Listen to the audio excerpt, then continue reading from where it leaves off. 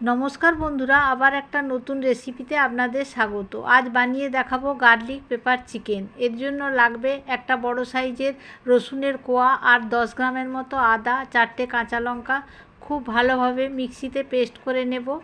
আর এর জন্য লাগবে বোনলেস চিকেন। 500 গ্রামের মতো চিকেন নিয়েছি। পরিমাণ মতো নুন মাখিয়ে নিলাম আর 1 চামচের মতো গোলমরিচের গুঁড়ো এর মধ্যে অ্যাড করে দেব। আদা রসুনের পেস্টটা দিয়ে খুব ভালোভাবে ম্যারিনেশন করে রেখে দিতে হবে। আর 1 চাকা লেবুর রস এর মধ্যে নিংড়ে দিয়ে আধ ঘন্টা মতো রেস্টে রেখে দেব। মাংসটা ম্যারিনেট যত ভালো হবে রান্নাও তত ভালো হবে। এদিকে ধনেপাতাগুলো কুচিয়ে নিচ্ছি। আর লাগবে 10-15 কোয়া রসুনগুলো এইভাবে আমি কাটার দিয়ে কুচি করে নিলাম।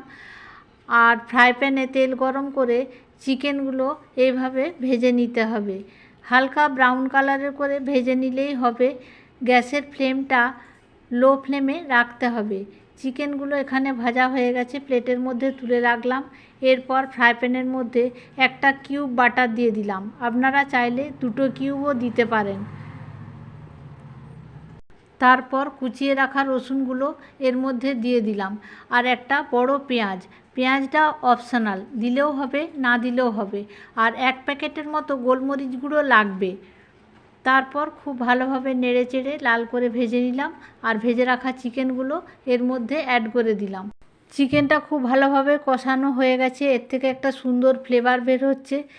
1 চামচের মতো কর্নফ্লাওয়ার গুঁড়ো জলে গুলে নিয়ে এর মধ্যে অ্যাড করে দিলাম, যাতে রান্নার ঘনত্বটা বজায় থাকে।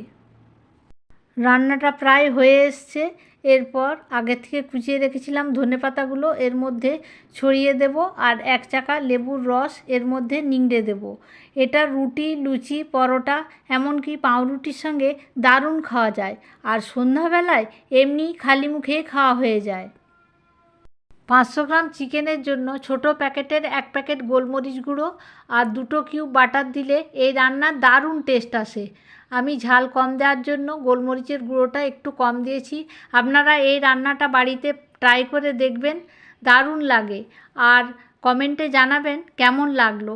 সুস্থ থাকবেন, ভালো থাকবেন। দেখা হচ্ছে পরের ভিডিওতে। ধন্যবাদ।